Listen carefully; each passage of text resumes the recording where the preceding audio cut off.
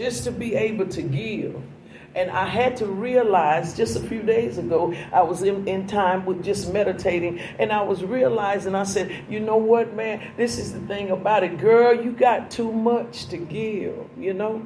There is too much to give. And I understand now why Solomon said with much wisdom comes much sorrow or much grief.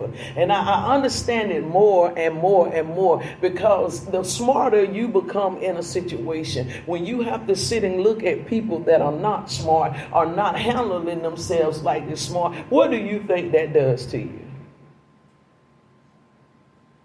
It grieves you. It grieves you.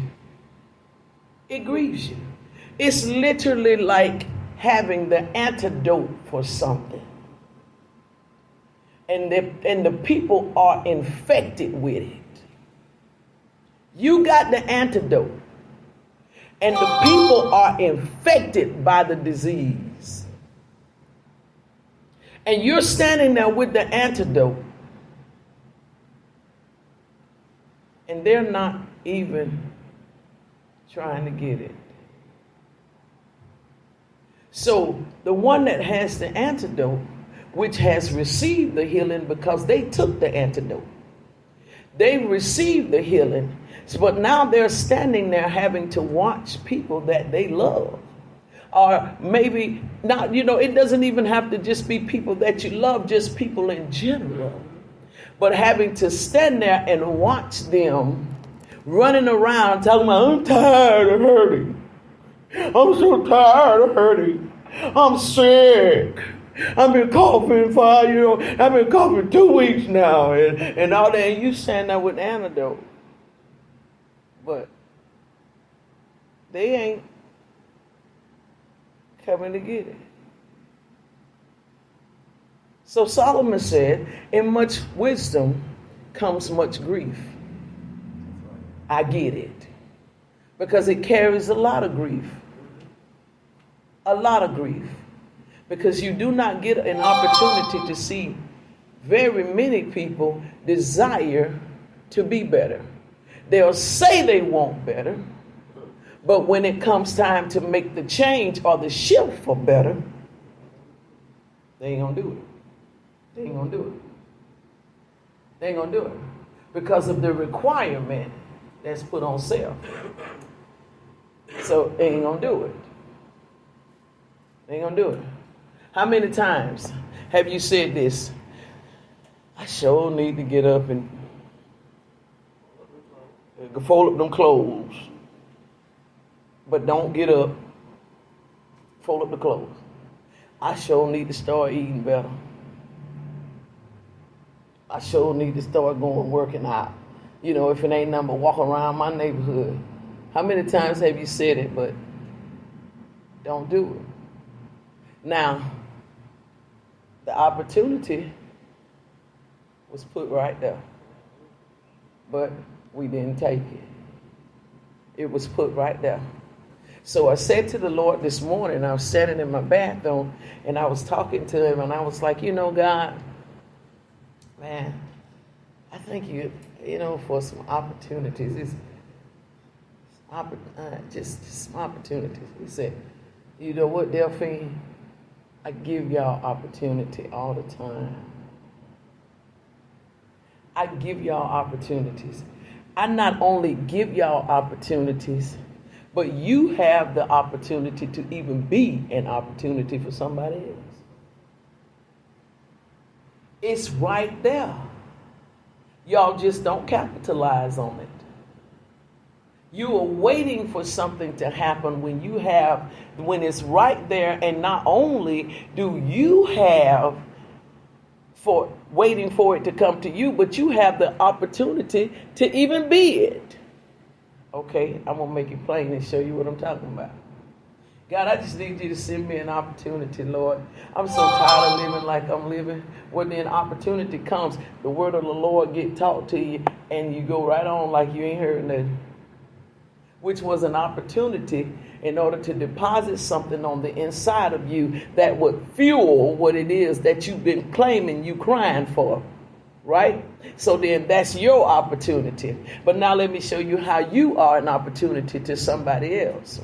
You pass by somebody and they hungry. And you got the means to get them something to eat. But you keep going. At that moment, you were an opportunity. You were an opportunity. So I said, what is going on with us? What's happening with us, God? What's really going on with us? He said, well, Delphine,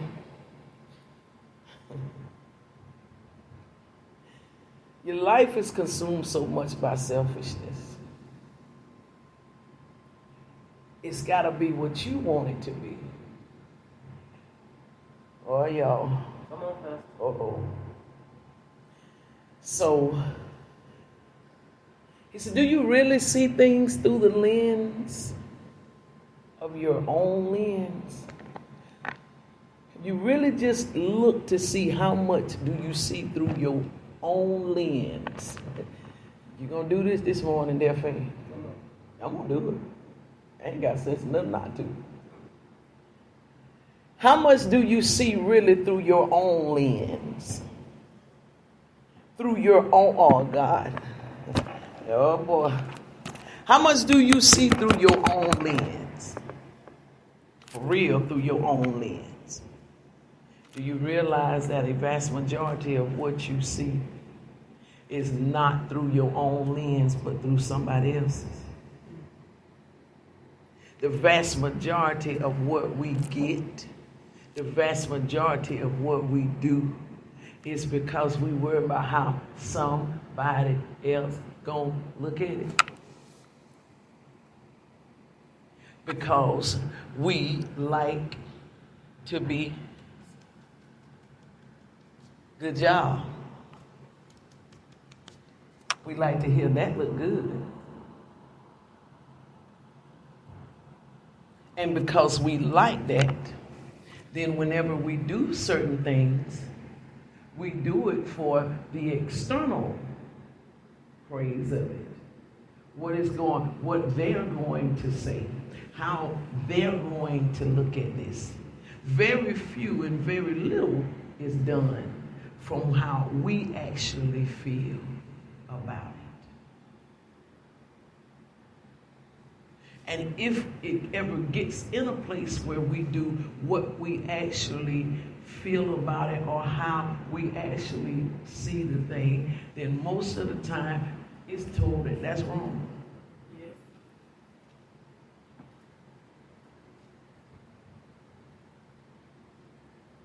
So,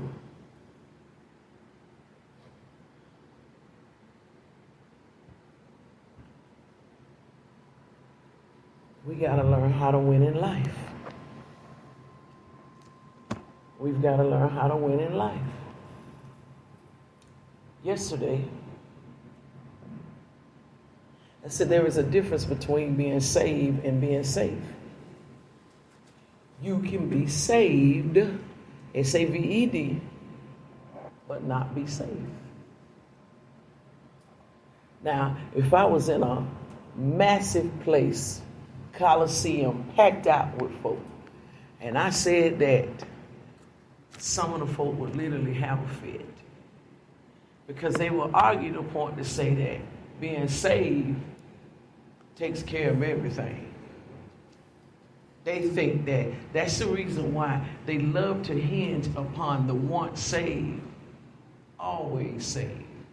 That is very prevalent in people's lives that don't want to change. See, if you ever have the concept of thinking that I can fall from grace just as well as I walk in grace, you always know you need to make sure that you be careful. But if you think that once saved, always saved, you will think that salvation is going to cover anything you do, regardless of what it is. So then you would therefore have no regard for anybody else. It will always be what you want it to be. Why? Because you got this cloak of salvation over you. You got this over you that says no matter what you do, you're going to still go to heaven. So what is the purpose of you changing? What is the purpose of you repenting for any mistakes if you going to go anyway? Why can't the world just speak out of their mouth and everybody say that I'm saved, but still go and do drugs, still go fornicate, still go break the commandments, still be nasty to people on the inside, still do all kinds of stuff, still disrespect God, still disrespect the principles and the laws of God, be disrespectful to each other, be disobedient and all, still do all of that, but be able to say, well, I'm saved. I'm saved. I'm saved.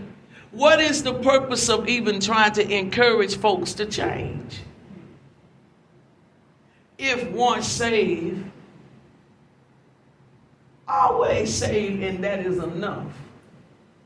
If that's enough, is it really enough to be saved and that's it? Is that enough? That ain't enough. You can't just be saved. You got to be saved and safe. You got to be saved and safe. Because if you are just saved, you are saved by grace through faith. Which means saved by grace means that that's something that came from who? God himself. That came from him. So there's no credit that we can take for that at all. Because it didn't come from us. Grace. One of the definitions of the word grace is unmerited favor, which means favor without limits, favor without boundaries. So unmerited favor. So that means that it's favor without restrictions. So that means that because God favored me, so if I need favor, then that means I must have been in an unfavorable situation. Y'all better think. If I need justice, that means I must be in a position of no justice. If I need water, that must mean that I'm in a dry land. So then, if I need favor, that means I must be in a position of being unfavored. So God's grace, salvation, it is the unmerited favor of God. It comes from God. It has nothing to do with me. Nothing. Nothing. I can't do nothing with the cross. Try nailing me to one right now and watch how I be hollering.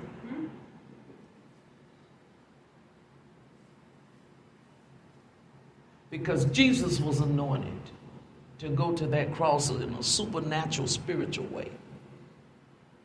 So, to be saved has nothing to do with me. That is just God's blessings, God's gift to me.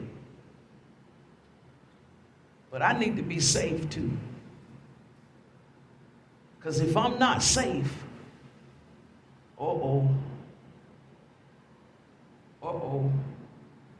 if I'm just saved and I'm not safe,